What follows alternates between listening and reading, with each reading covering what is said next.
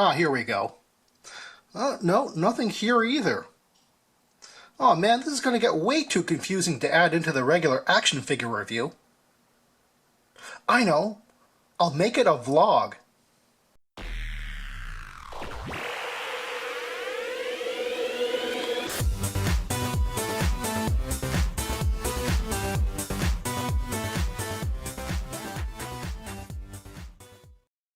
"1987 was a strange year for Cobra action figures.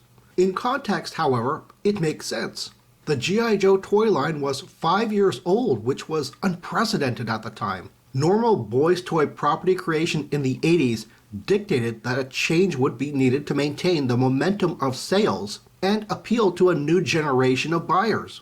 The easiest way to do that is to change the characters, both good guys and bad guys, and maybe not even leave the established in-universe story intact. And boy, did it ever not work. The marketing department clearly failed to understand how influential the comics and cartoons were. Again, understandable, as all supplementary media were licensed as quick throwaway secondary product meant to sell a child's toy. Who knew they would become as loved and iconic as the toy itself? That year, Hasbro introduced some new Joe figures, which were mostly well done, near real-world military in theme. However, all but one of the Cobra figures were individuals, and that generic trooper was a mechanic. Granted, we did get a new Cobra commander, but we also got the strangest mix of Cobra figures in the line, ever. So how did Hasbro intend to sell this to the public? The animated movie, which was to establish a new threat, Cobra Law, was met with resistance by new and old viewers as being too sci-fi fantasy for the near real-world military line. It didn't help that they copied Transformers' disastrous way of replacing their old leaders with younger characters by killing them off. The other media tie-in, the comics, were written by Larry Hama, who obviously knew better and steered clear of this nonsense. Unfortunately, it also meant that he couldn't focus on the stranger Cobra characters introduced that year into his stories, and one character in particular never showed up in the Marvel run of G.I. Joe, Big Boa. Big Boa, the action figure, is listed as a Cobra trainer, basically a drill sergeant for the Cobra infantry. While he has a real world-building place in the G.I. Joe universe, as an action figure he is strictly background or base-only operations. That may sound bad, but it isn't as bad as a character in a bird suit, a legion of mechanics, a man who handles alligators, or a hypnotist. He looks pretty cool too, with all the spikes, but can I draw your attention to the accessories? He comes with boxing gloves and a punching bag. Wait, what? Where in the file card does it mention pugilism? What is the story behind that? In fact, what is the story behind this figure? Admittedly, it's sometimes hard to pin down the origins of a single toy after 30 years have passed. However, recently there have been lots of information released in every corner of the internet by reputable sources, so it shouldn't be confusing, right? There's a simple and indisputable answer, right? Wrong. I start my search for the truth with a completely different G.I. Joe action figure, Rocky. Yes, the Robert Rocky Balboa.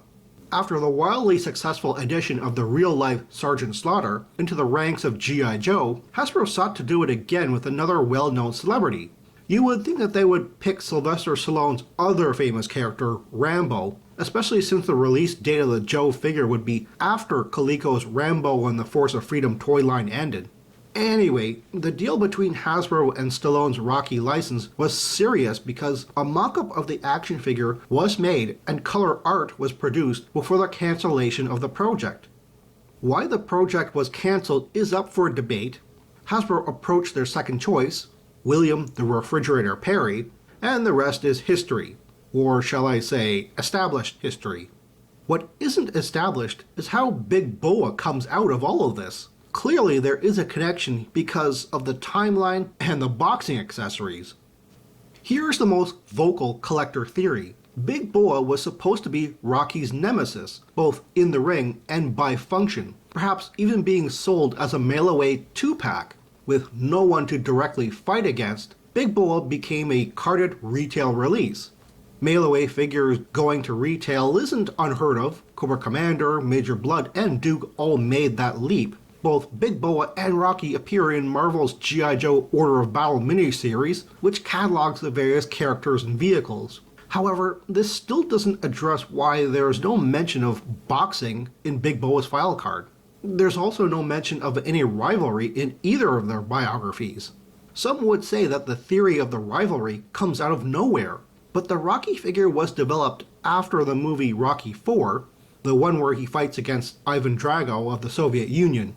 This is really the first time we get an archetypal bad guy for Rocky to fight, and Big Boa would easily make a great substitute, seeing as the USSR is rarely depicted as bad guys for the G.I. Joe in its media. But plain and simple, there's no concrete evidence to support this logical speculation. Here's where the spanner gets thrown into the works. The Bill Merkline interview. Who better to discuss the real story of the cancelled Rocky figure than the man who sculpted it for Hasbro? He says after the deal fell through for Stallone's action figure likeness and the Rocky brand name, Hasbro recycled it into Big Boa, a character who never existed beforehand. Specifically, he recalls his Rocky mock-up being given to another sculptor, who then replaces the head and places spiked straps over his chest. That makes sense. There is an unused figure mock-up complete with boxing accessories. Why not just make a totally new character to fill the void? Collectors who accept this theory even point out that Big Boa's name sounds like Hasbro sticking it to Stallone for canceling the project. Big Boa, Rocky Balboa. Even making the character a bad guy is kind of a slap in the face, since Cobra clearly doesn't need a dedicated basic infantry trainer. Here's where this information turns from answer back to theory again. You can't modify Rocky into Big Boa. From the picture of the mock-up, these are two completely different action figures sculpt-wise. In fact, Rocky's chest sculpt looks closer to that of the 1988 Road Pig than it does to Big Boa's. The arms are different, despite both being bare and easily reusable. The waist is different, so are the legs. Even the accessories are different, and they didn't need to be. Sure, both have boxing gloves, but where did the rectangular tabs on Rocky's go? You could modify the shaft of Rocky's pugil stick into Big Boa's punching bag pole, but everything else is new. To modify a figure this extensively would take a long time and negate any benefit from recycling the original. Did Bill Merkline recall incorrectly? Was there another version of the Rocky figure that got taken away to be modified? And even so, why would Hasbro rush a new figure into the 1987 single-carded lineup when it was originally intended to be a mail-away exclusive for that year? I'm left with more questions than answers now. What do you think? Was Big Boa developed alongside Rocky? Or was he the recycled result of a licensing deal gone bad? Or is there a third answer out there, waiting to be discovered? That is the mystery of Big Boa.